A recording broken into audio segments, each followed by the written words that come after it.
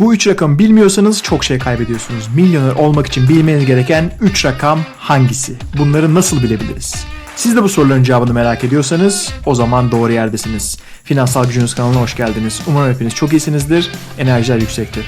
Hep söylediğim gibi kanalımı öğrenmek için gelin, finansal özgürlük için kalın. Bu videoda milyoner olmak ya da diğer bir deyişle finansal özgür olmak için bilmemiz gereken 3 rakamı işleyeceğiz. Bu 3 rakam nedir, nasıl hesaplarız ve bu 3 rakamı nasıl aydan aya, yıldan yıla takip edebiliriz? Bu 3 rakamı bilmezsek finansal özgür olmamız oldukça zor. Zaman kaybetmeden gelin videomuza geçelim. Videoyu hala beğenmediyseniz videonun altındaki beğen tuşuna basın ki YouTube algoritmaları beni sevsin ve videoyu daha çok arkadaşımıza göstersin. Daha fazla destek vermek isterseniz kanalıma şuradaki abone ol butonundan ücretsiz abone olabilirsiniz. Ayrıca her videomu ilk izleyenler olmak isterseniz şuradan da çan sembolüne tıklayabilirsiniz. Böylece ben her video yüklediğimde YouTube size özel bildirim gönderir.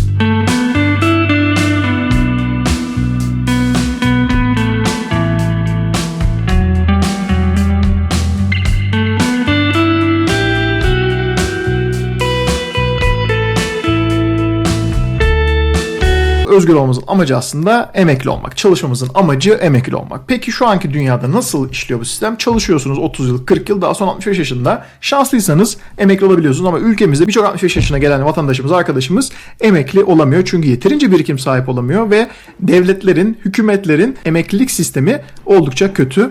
Çünkü her 5 çalışan için yaklaşık 1 emekli olması lazım ama bu ülkemizde bu sayı 2'nin altında. Ki böylece ödediğimiz primler, vergiler emeklilere gitmesi lazım ama emeklilik sistemi dünyada da çok geleceği parlak değil. Ülkemizde tabii bu biraz daha önden gidiyor. Yeni yasaya göre baktığımızda 2008 yılında çıkan yasaya göre emeklilik yaşı 65'e yükseltildi. Yani şu an 65 yaşında emekli olabiliyoruz. Kağıt üstünde tabii ki 2008 yılından önce prim yatırdıysanız bu yaş 60'ın altına kadar inebiliyor. Peki diyelim 25 yaşında başlasak arkadaşlar, 65 yaşına kadar 40 yıl boyunca bu çalıştığımız işlerden ve paramızdan memnun muyuz, kazandığımız paradan? Şöyle bir araştırmaya denk geldim arkadaşlar. Independent Türkçe'nin yaptığı. Gençlerde işten olan memnuniyet oranı %75'lerde. Ama kazanılan parayı da işin içine kattığımızda bu %50'nin altına geliyor. Yani çalışan her 2 kişiden biri çalıştığı işten ve kazandığı paradan memnun değil. Bu önemli arkadaşlar çünkü 40 yılımızı harcayacağız. Günde 8 saat, 2 saat trafikte 10 saat harcayacağımız şey bizi mutlu etmesi lazım. Hem maddi olarak hem manevi olarak. O zaman bu bizi memnun etmiyorsa kendi kaderimizi kendi elimize almamız lazım. Finansal özgürlüğe adım atmamız lazım. Amerika'da yapılan bir araştırmada da gene iç karartıcı bir sonuç var arkadaşlar. Amerika'daki, ki Türkiye'den finansal olarak daha iyi bir ülke olduğunu söyleyebiliriz, 50 yaşın üzerinde her 4 Amerikalı'dan biri hiçbir zaman emekli olabileceğini düşünmüyor. Yani ölünceye kadar çalışmak zorunda olduğunu düşünüyor. Peki bizim hayalimiz nedir? Mutlu bir emeklilik, arkadaşlarımızla, ailemizle, sevdiklerimizle güzel zaman geçirmek. Onun için yapmamız gereken şey işte ne arkadaşlar? Bunu geleceğiz. Bu 3 tane rakam, bu videoda bahsedeceğim 3 tane rakam arkadaşlar çok önemli. Bu rakamları bilmemiz, bu rakamlardaki hedefimizi görmemiz, bu rakamlarda kendimizin nereye geldiğini aydan aya takip etmemiz oldukça önemli. Birinci rakam net varlık. Net varlığımızı bilmemiz lazım. Net varlık nedir arkadaşlar? Elimizde olan varlıklar eksi borçlar bize net varlığı verir. Varlık örneklerine geldiğimizde hisse senedi olabilir, Eurobond olabilir, vadeli hesap olabilir, altın olabilir, emlak olabilir, kripto olabilir. Bunların hepsi birer varlık. Borçlara geldiğimizde ne gibi borçlar olabilir? Sağlık borcu olabilir, kredi kartı borcu olabilir, öğretim kredisi borcu olabilir, araba kredisi gibi bunları çeşitlendirebiliriz. Gene 2001 yılında yapılan bir araştırmada insanların asetlerinin yani varlıkların nelerde olduğuna bakmışlar. Varlıkların %34'ü emeklilik fonlarında, işte bireysel emeklilik olsun, başka fonlar olsun burada. %28,5'u emlak, ev üzerine. %11 civarı hisse senetleri ve fonlar. %8'i diye aşağı gidiyor arkadaşlar. İşte kira gelirleri, diğer asetler, arabalar, işte bonolar diye gidiyor. Borçlara baktığımızda da tabii bu biraz da Amerika yönelik bir araştırma. O nedenle öğretim kredileri orada biliyorsunuz çok ekstra başı çekiyor. %1.5 ile daha sonra kredi kartı, sağlık harcamaları ve diğer borçlar olarak devam ediyor. Benim portföyüme baktığımızda nasıl benim portföyüm? Şöyle arkadaşlar benim portföyüm %60 hisse senedi, %20'si Eurobond, %20'si de alternatif yatırım araçları, işte kripto, altın vesaire gibi düşünebilirsiniz. Şimdi herkesin portföyü kendine. Bu videoda bahsettiğim şeyler yatırım tavsiyesi değil, finansal bir tavsiye değil.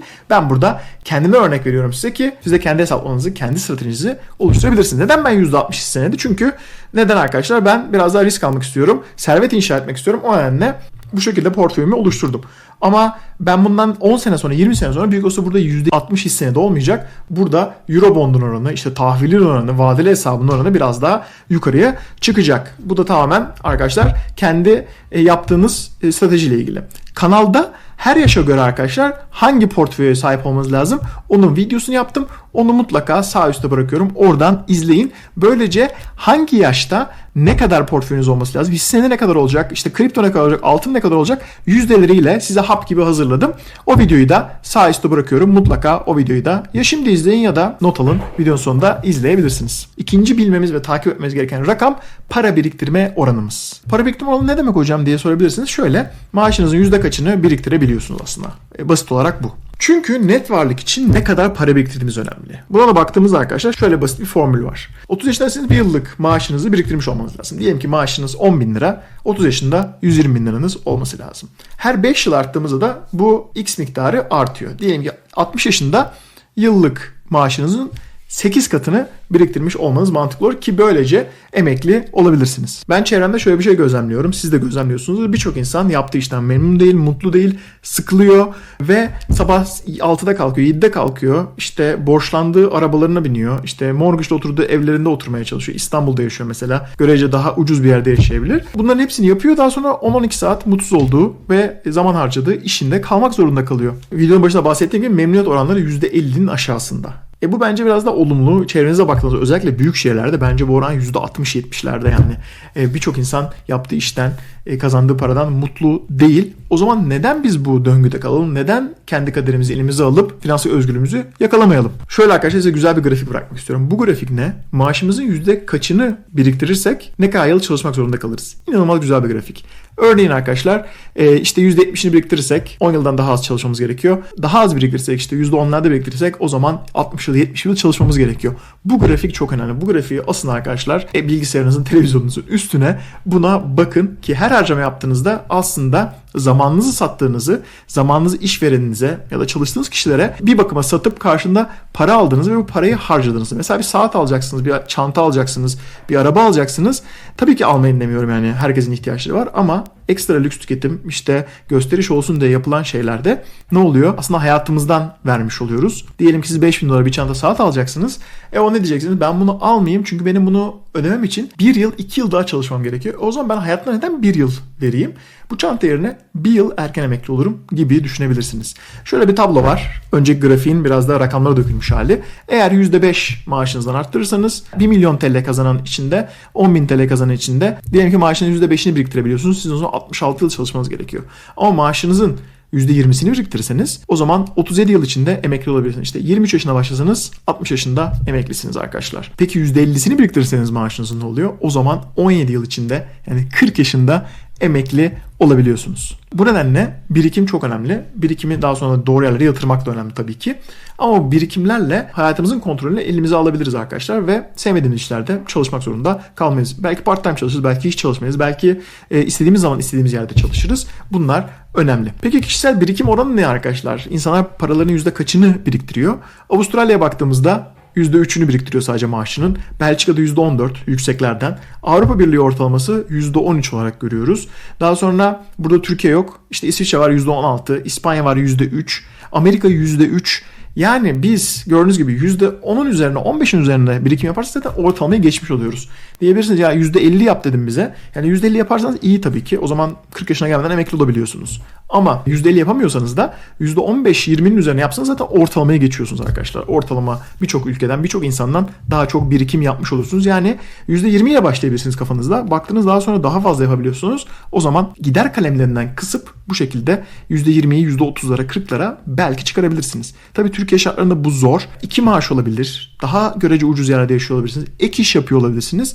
Bunlar oldukça önemli. Peki siz kendi birikim oranınızı nasıl hesaplayabilirsiniz? Mesela diyelim ki aylık 50 bin lira kazanıyorsunuz. Harcamalarınız da 30 bin lira.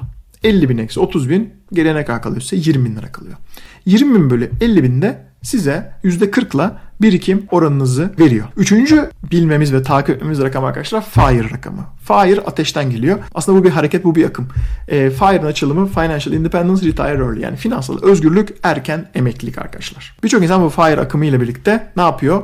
Daha düşük maliyetli Bali, Tayland, Portekiz gibi yaşam kalitesi çok da kötü olmayan ama yaşam maliyetlerinin oldukça düşük olduğu yerlere gidiyor. Diyelim ki işte Avrupa'da yaşayacağıma, Amerika'da yaşayacağıma diyor ki buraya giderim. Yaşam kostunun yani yaşam maliyetinin 5'te 1'ine, 6'ta 1'ine çok güzel hayat sürerim ve gelirim de beni destekler. Ama bizim amacımız genç yaşta emekli olmak. Çünkü şöyle bir şey var. 65 yaşında emekli olursak paranız olacak, zamanınız olacak ama enerjiniz olmayacak. Paramızın olduğu, enerjimizin olduğu ve arkadaşlar zamanımızın olduğu bir şey yaratmamız lazım. Bu da aslında 30'lu, 40'lı, 50'li yaşlarımız. O zaman biz ne kadar bu yaşta da erken emekli olabilirsek o kadar hayatımızın kontrolünü ele alıp bunun keyfini çıkarmış oluruz. Peki bu FIRE rakamını, yani kendi özgürlüğümü, kendi finansal özgürlüğümü ne zaman alırım, ne zaman emekli olurum rakamını nasıl hesaplıyoruz? Bunun da arkadaşlar basit hesabı var. Yıllık giderleriniz mesela aylık $2.000'dan yıllık $24.000 diyelim. Dolar cinsinden konuşuyorum çünkü TL'de inanılmaz devalüasyon oluyor. Ki bu videoyu bir sene sonra, 2 sene sonra dönüp izlediğimizde ya da başkaları izlediğinde güncel olsun rakamlar ve aynı zamanda mantıklı olsun arkadaşlar. Yıllık giderimiz $24.000 diyelim. Biliyorsunuz emeklilikte %4 kuralı diye bir şey var. Yani hesabınızdaki paranın %4'ünü çekme üzerine bir şey var. Neden böyle diyeceksiniz? Diyelim ki siz bir tahvil yatırdınız, hazine bonosuna yatırdınız Amerika'da başka bir yer. Size ortalama getireceği iyi bir senaryoda %6-7. %7 diyelim. Enflasyon dolarda %3. O zaman ben bu %7'nin %3'ünü her zaman hesaba tekrar geri yatırmam lazım ki bakiyem erimesin. Bakiyem enflasyon karşısında değer kaybetmesin. Onun için %4'ünü çektiğimizi düşünelim. %4'ünü çekersek de %4'e eğer $24.000'sa total miktar ne kadar olması lazım? $600.000. Yani ben $600.000 servet elde edersem hiç kimseye eyvallahım olmadan, ne devlete ne başkasına, %4 kuralıyla $24.000 yıllık gelirle çok güzel giderlerimi karşılayabilirim. Ve bu şekilde ben bu 3 rakamı takip edip, bilip, hesaplayıp aydan aya ne duruma geldiğine bakarsam hedefim olur, stratejim olur ve ona yönelik ilerlerim. Ve erken yaşta emekli olup sevdiklerimizle, arkadaşlarımızla güzel zamanlar geçirebiliriz. Dünyadaki çöken ve çökmeye yüz tutmuş bence emeklilik sistemine bağlı olmadan kendi başımıza yaşayabiliriz. Sizin FIRE rakamınız ne? Siz ne kadarla emekli olabiliyorsunuz? Videonun açıklamasına fikirlerinizi, rakamlarınızı bekliyorum. Hepsini teker teker okuyup cevap veriyorum bildiğiniz gibi. Umuyorum bu videoyla finansal özgürlüğünüze bir adım daha yaklaşırsınız. Hepinize sevgiler, saygılar. Sonraki videoda görüşmek üzere. Bir videonun daha sonuna geldik. Hala videoyu beğenip kanalıma abone olmadıysanız mutlaka videoyu beğenip kanalıma abone olun. Bu şekilde bana destek olabilirsiniz. Ve böyle videolar hazırlamak için bana motivasyon olabilirsiniz. İçeriği oluşturmak, düzenlemek ve video çekmek oldukça emek isteyen bir iş. Onun karşılığında sizden tek istediğim beni bu şekilde desteklemeniz. Kanalımdaki videoları takipte kalın, finansal özgürlüğünüze bir adım daha yaklaşın. Sonraki videoda görüşmek üzere.